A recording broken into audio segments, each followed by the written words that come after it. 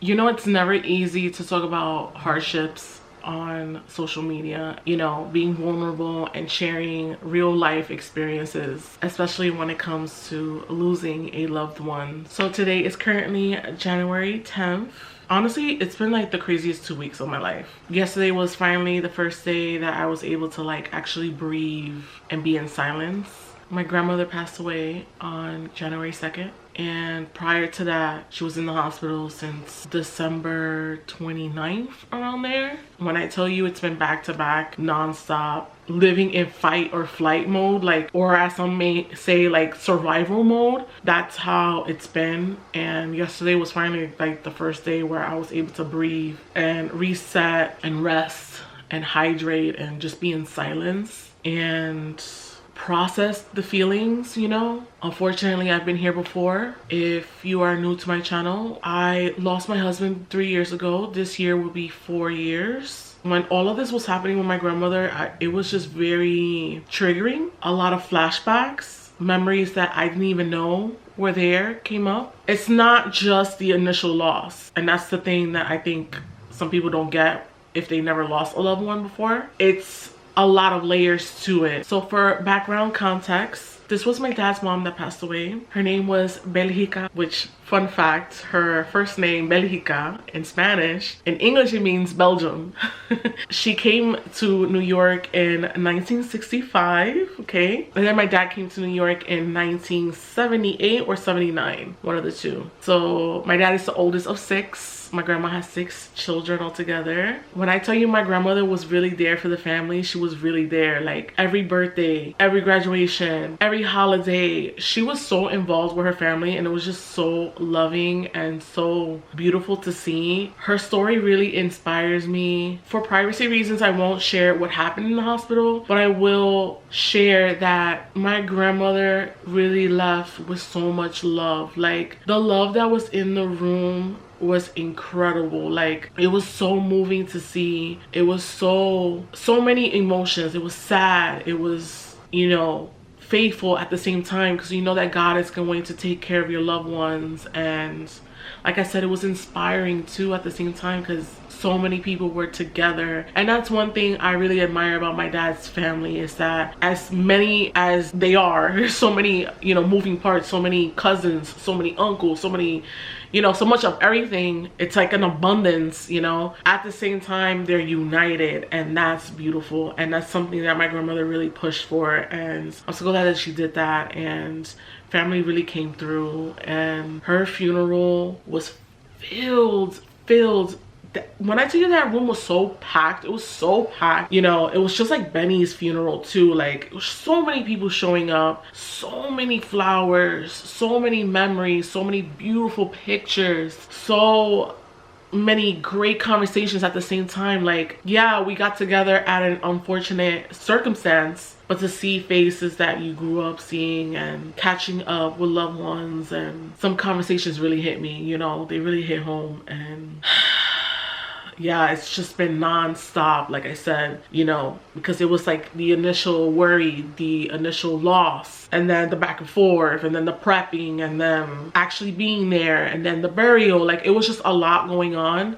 And obviously it was the biggest surprise to the family. It was so sudden, so unexpected. You know, I really just wanted to make this quick little chit chat with you guys, just to say that when you lose someone, you really need to just hold on to your faith and just talk to God, because he's the only one that's going to heal you at the end of the day. I feel at peace because I know that she's at peace. You get me? You know, when you read the Bible, it's just so fulfilling, because it really connects everything all together. Like God really does have a promise for you, and that is eternal life with him. You don't really have to worry, you know, you don't have to worry for your loved one, and you will heal from this. You know, it may be hard, but as Paul the Apostle said in one of his letters, can't remember it right now, but I'm pretty sure I'll put it on the screen, is that when you suffer, it builds endurance, and it builds character. And that's something that I really resonate with, you know. And it does build character. It makes you stronger, it makes you better. And if it wasn't for my prior experience with many, this experience would have hit way differently, you know. My beautiful grandmother, you know, she was 86.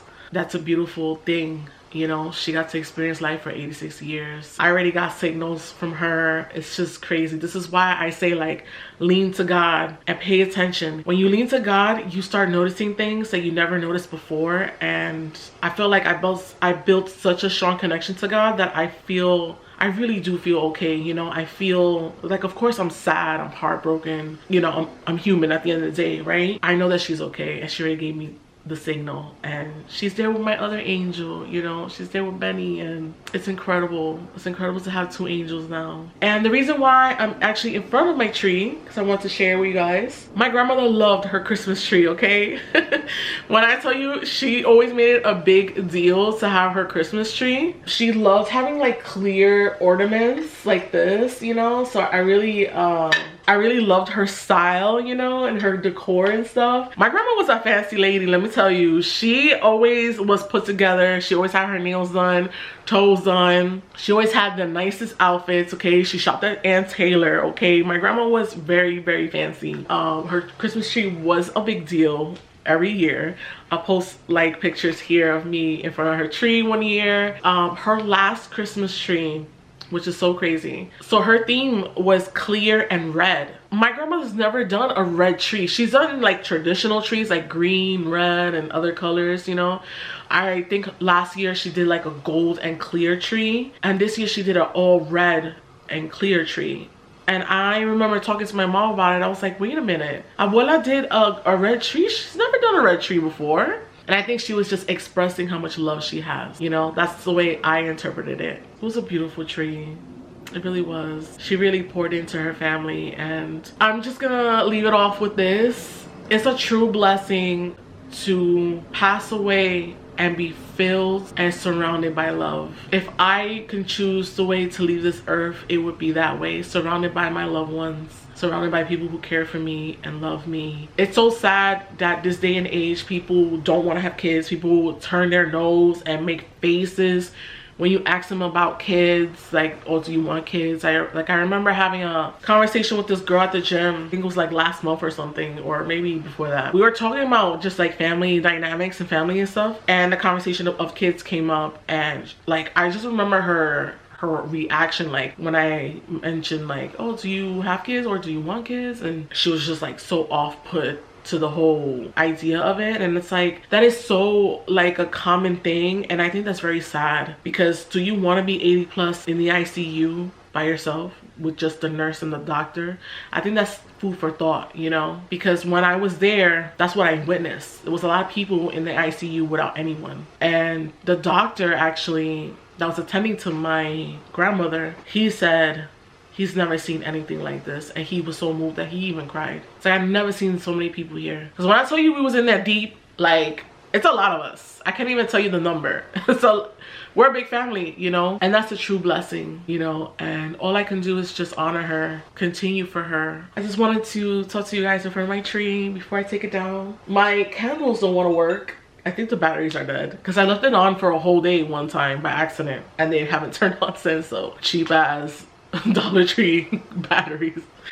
Anyways, y'all, I love you, abuela, and I just want to share what's been going on. So I hope you all are doing well and are excited for the new year. It's the year of the horse, I hear. So it's all about moving forward and going after what you want. So, and that's what we need to do. We need to honor those that we left behind. I mean, excuse me. We need to honor those who have passed away, and we need to live for them. I don't want to be cheesy and stuff like, and quote The Walking Dead. But it's like, we're the ones that live. And it's true. We are the ones that live. We the ones that are going to make things happen. And we got backup. We got our angels with us. So yeah, I just wanted to mention that really quickly. I'll see you guys on the next one. Bye.